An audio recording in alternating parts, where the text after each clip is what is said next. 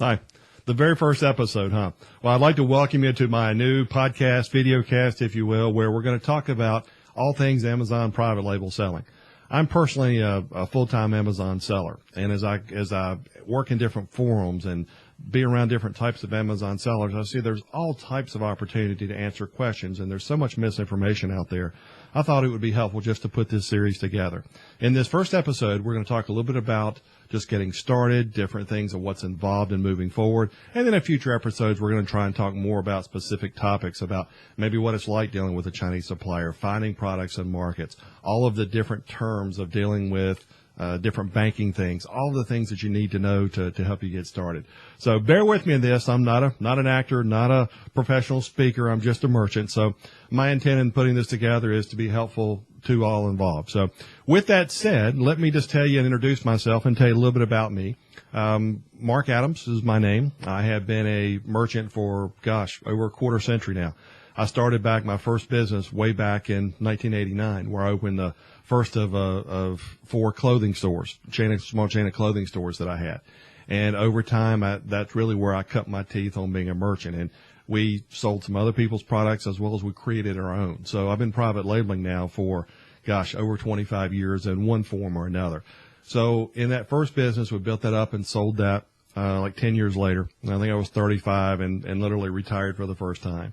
So I got a little bit bored and decided to come back in. And since I have built up 5 other tangible product businesses and sold those. So I did everything from a car bumper factory. And the last business I had before I got into Amazon selling was a winery. And that was kind of fun. I guess the best part of that was being the head taste tester. But the winery business was interesting because we also private labeled for other people, to where we'd make our wine and then just literally put other people's label on that wine and sell it.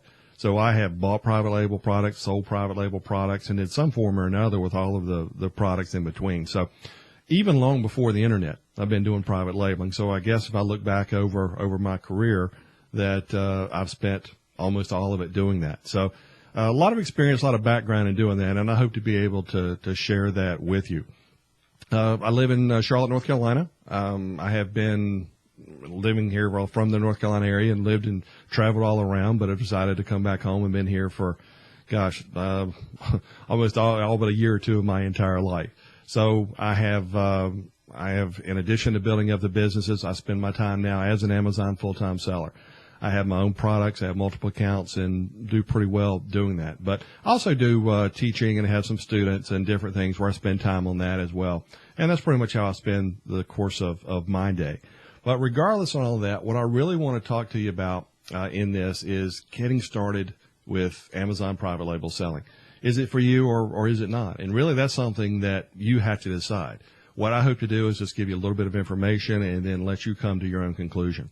I think the thing about Amazon private label selling is, for me anyway, since I've had stores and malls, the clothing stores I was talking about, for me it's a dream come true. When I first started, back in 1989, I think it cost me $150,000 to get started. That was build out, fixtures, inventory, leases, and employees, all of those things. Back when people used to shop in malls, I mean, it was a 7-day-a-week type of ordeal. There was always something to address, whether it was a customer service issue, an employee issue, whatever it might have been. And it was a hard way to make a living. I mean, it turned out really well, and I was able to grow and expand the business, but it was a hard way to make a living. Here in Amazon selling, and from a private label standpoint, you're basically having a product made, or you find a market, you have a product made, you list it, you do some marketing, and then you rinse, wash, and repeat. So it's really a fairly easy process compared to what's out there. If you really are thinking about it, you have a couple options when you're getting started. There's a lot of people who will get started in the arbitrage side of things. And literally arbitrage is when you buy something at a low price in one market and then you turn around and try and sell it at another market at a higher price.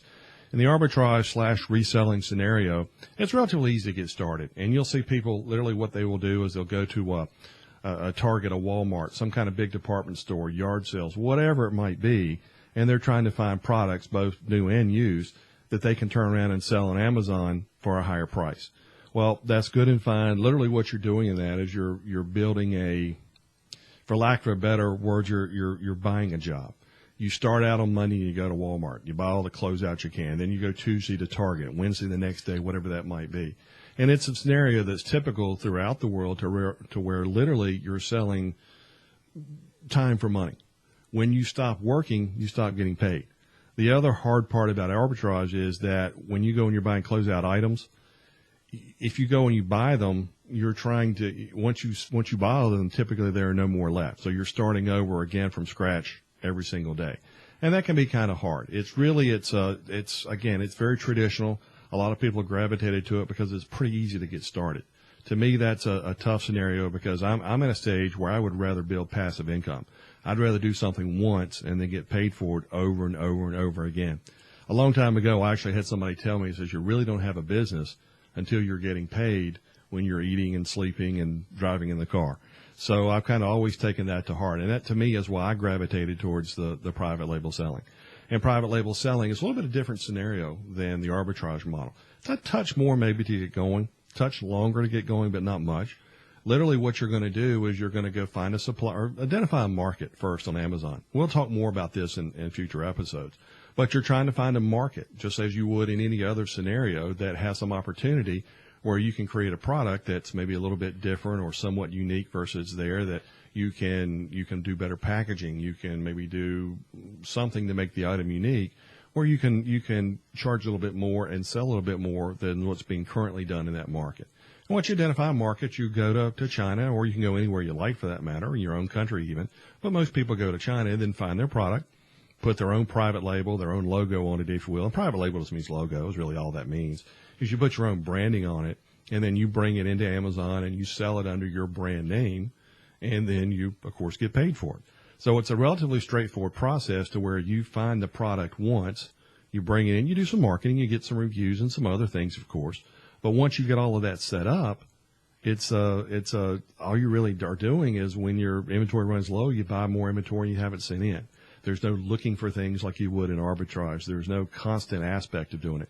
For my private label selling part of what I do, per product, I probably spend roughly an hour a month just managing, keeping up with it, reordering. I obviously have more than one product now, but it's one of those things to where it's a pretty simple, pretty easy process if you're looking for a passive income scenario. A lot of people will ask me, is it something that you can do in addition to having a job? And of course it is. If you think about the arbitrage model, that's something that is a time and effort scenario. If you're, say, a housewife and you've got nothing to do, so maybe you want to go do that during the day, that's fine. But if you have a regular job, I would imagine the physical demands of going out and shopping and looking for product every evening and on weekends would wear thin after a while. But with this, you can do this. It took me literally 20 hours of research, product development, branding, private labeling, if you will, getting the product to Amazon before I was able to get my first sale on Amazon. So if you think through that for a second, that's not a lot of time to be able to have a product that can get up and running. And then the rinse, wash, and repeat, old saying, is that once you get one product up, you go through the learning curve and you get it going. It's pretty easy to add and scale up into whatever level that you like. So when I think about the two and compare the two, I always think of arbitrage as much like being a farmer.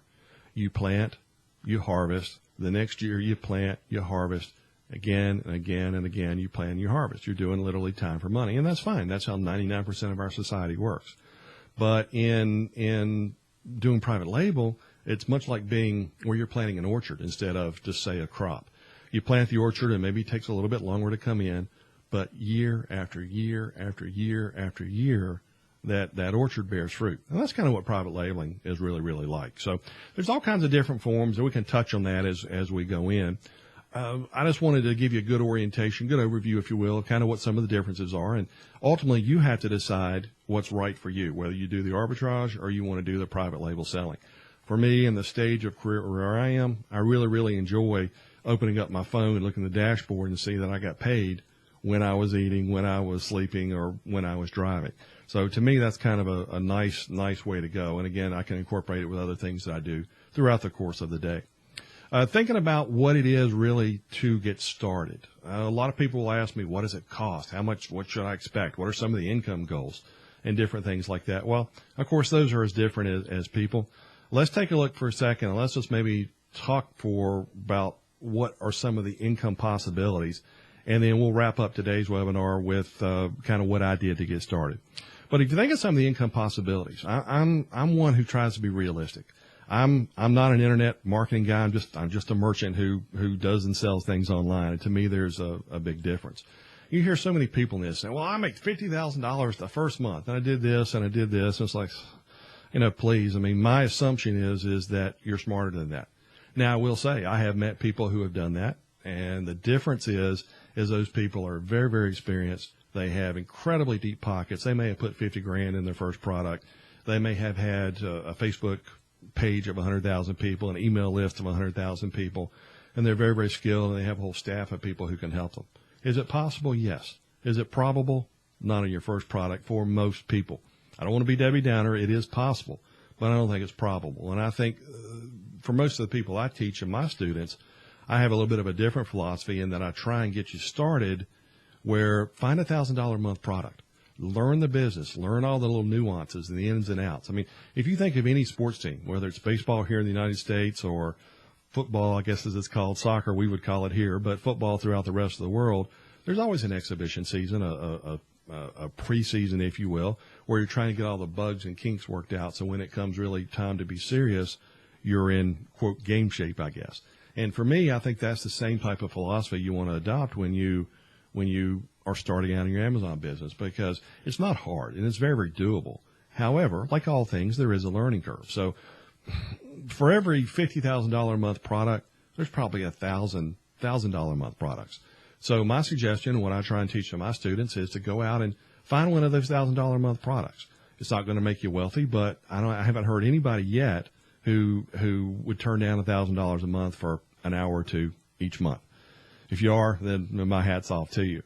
But the beauty of that is that once you learn how to do that and you go through all those nuances, you can scale up. So let's say you wanted to have a goal of making $10,000 a month.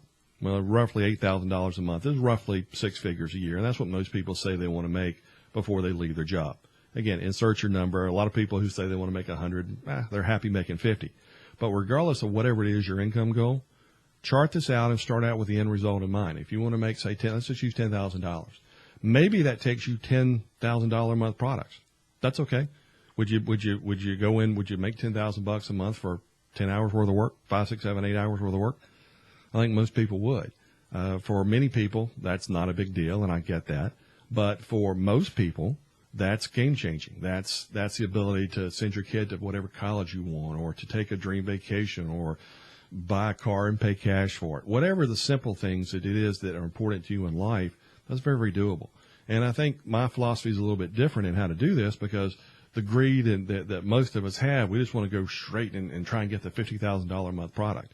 Well, if you go through and learn how to do this, and you want to try that down the road, you're in a much, much better position to do it. I think it's not sexy. It's not incredibly dashing and thrilling to say, okay, I make $1,000 a month selling a bland, basic product.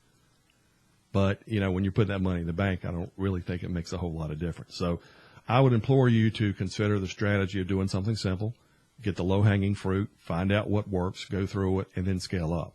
But, again, once you're doing that $1,000 a month product, even if it's $500 a month, what if you've got 10 of those? It's not that hard to do, because once you do this, you can easily do it. So some simple philosophies, I guess, on income as we go through right there. The other thing I want to talk about is I guess is what I did to get started, and some of my costs and some of my things going in. When I started, it took me, or my first product was $400. Everybody thinks this costs thousands and thousands of dollars to do. Now, I probably did this a little bit less than what most people would, and I try and tell people maybe you want to set aside $1,000 for your first product, and that'll leave you some in reserve. There's really no need why you should have to put more than that into your first product. But my first product was 80 cents, and I think I spent 80 cents per unit to have it shipped from China here to the United States. So it ended up being $1.60, and then off of that, the sales price was $12.99. So for me, I had 160 times 250 pieces, which is what I got, $400. So that was my first product, $400. $12.99 is what I sold it. And I think I gave away for a penny, and just to get reviews, I gave roughly 50, and I can't remember now. But by the time the Amazon fees and everything going in off of that, roughly I had $500 in. I made that back the first month in sales. By month 2, I was at about $700 in profit, not sales, but profit. And by month 3, I was at $1,000. So and to this day, I still make about $1,000 a month off of that product. Sometimes it's a little more, sometimes a little less, but around $1,000 a month.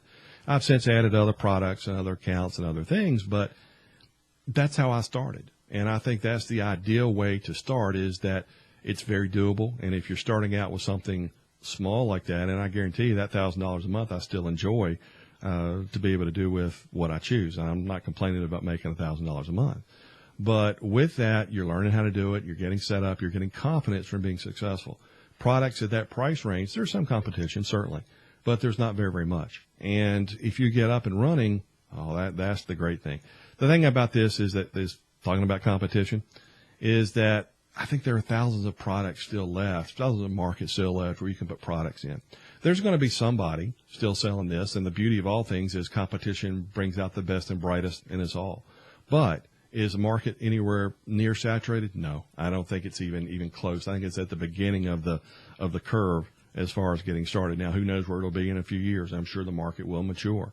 But for those of us who still get in now, you're going to be able to have a product that you should be able to sell over and over and over for a long period of time. But that's just kind of how I got started. Now, when you're thinking about a product, off of that, we'll talk more about suppliers, and we'll talk more about looking for products and some different things in other episodes. But today, I just want to give you a good understanding. I want to get you going. I want to have you think through the process, and I want you to accept that it's not hard and it's not expensive. I did it. I didn't have any big mailing list. I didn't have any mailing list for this. I didn't have any Facebook page. I didn't have anything. This was just finding a product, or finding a market, finding a product, and getting going. And really, when you think about all of this, I want to try and simplify this. The thing that I see, the biggest thing that people do, is they try and make this harder than it is. And it's almost like there's some self-sabotage in there sometimes. And I find when I'm dealing with my students, I have to try and bring them back to try and keep things a little more simple in there, because human nature is, I guess, we want to overthink things sometimes. And I guess that's one of my strengths. I can't overthink things, so I don't guess I'm that smart. But by being able to keep it simple, that's what works best here. So I want you to really think through the process. And I wrote up kind of a funny list here, really what it is to get started. And let me just read this off the page for you. 10 simple steps to get started. And I want you to kind of take this at heart, because this is really all it is. And I guess I could condense this into less steps, but let's just think through this for a second. The first one is decide on a market. Kind of pretty obvious there. Captain Obvious to the rescue. The second one is you got to decide on a product. It's kind of that inverted pyramid where you start out broad and you go down and you get very, very narrow. You find a supplier, and then you private label that product with that individual supplier. You get it listed on Amazon. You do some marketing where really primarily 98% of your marketing, I think, is going to be going out of your way to getting reviews from friends, family, other scenarios. We'll talk about that a little bit later in the series. But then you got to spend a little bit of time managing your business. You want to check your accounts each day, make sure your listing's still correct and everything is good and solid. And that's just good sound management anyway. And then literally you want to rinse, wash, and repeat, introduce other products. And I guess step 9 would be kind of enjoy your new passive income lifestyle.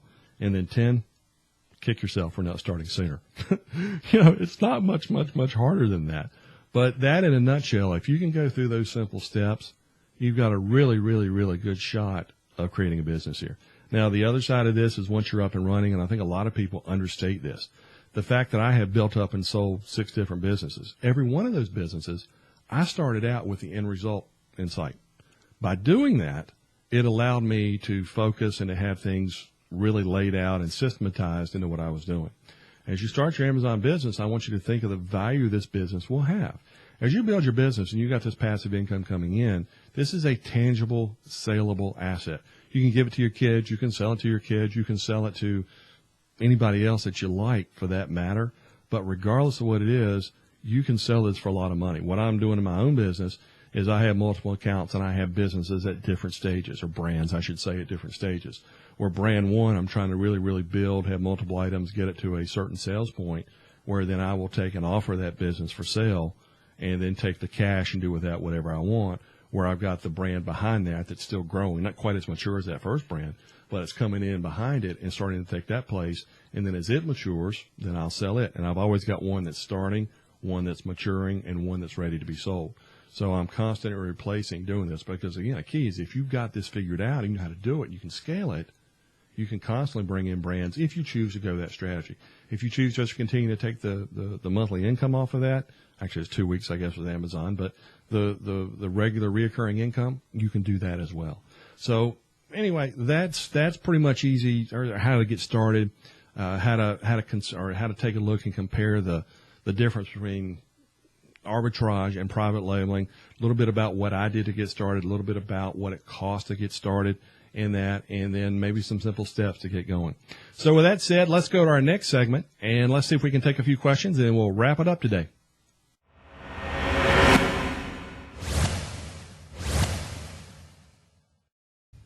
All right, let's take some questions and answers here, and I'm just going to read this off a sheet of paper. These are things that I have gotten from either my Facebook group or some of my students, different things like that. If you'd like to write in and ask a question, go to my website, which is markscottadams.com, and just fill out a question in the contact form there. But here's one. How long did it take to get started? Well, for me, I think I had mentioned about 20 days for me. By the time I decided on the market and found a supplier, I got them the logo and all the things to be able to private label, and that took about a week or so, give or take in there. It took them, I think, like 3 or 4 days to get the product produced, and then roughly 7, 8 days to get that sent to me, and then another 2 or 3 days to get it listed on Amazon. So give or take a day or so, for me, it was about 20 days. Now, that's a little bit shorter than what most people go for or go through. So if you think through that, you might want to allow 60 days, if you're taking this at a more methodical pace. I was very aggressive in what I'm doing. All of that said, over that 20 days, I still didn't spend more than 20 hours in total through the different combination of working with Supplier and all of and getting it listed on Amazon. But if you're doing this and you're moving in a fast clip and you're not dragging your heels, it should go very, very quickly. It's not a long process. What are the biggest obstacles? Well, you could look at that a lot of different ways. I think for some people, probably the biggest obstacle is mindset. There's a little bit of trepidation in getting started. There's a little bit of lack of confidence sometimes that I find most people, it seems, are motivated more by the fear of failure sometimes than the possibility of success. If you can go in and know that, okay, one of the reasons I think you start out small, worst possible case scenario, you sell your items back and you break even, so your downside is hardly anything here. But if you're willing to go and just experiment a little bit, and let's say even worse, very worst case, you lose $400 or $500, I really don't think that's going to bankrupt anybody, very few people anyway. And if you're that close, this is probably not the place for you to be. But what if it works? I look at my downside every time I launch a product. It may not work, and that's very possible. But when the downside is zero after you resell it at a discount or something, at least get your money back. But the upside could be potentially thousands of dollars per month for few $100 invested, even $1,000 invested in that. And again, you just got to know the value of everything and the cost of nothing, because the biggest obstacle, to come back and answer the question, is that I see when I work with people is people are so afraid to make a single mistake. You're going to make a mistake, deal with it, get over it, and move on. So with that said, that's just a couple questions for this episode. I want to thank everybody for coming in, and I will see you on the very next episode. Thanks for coming in to our very first episode. And again, I'm sure this will get better. Like I said, I'm a merchant. I'm not a not a speaker, I guess. But, again, I hope you've appreciated the information, and I look forward to seeing you next time. Thanks.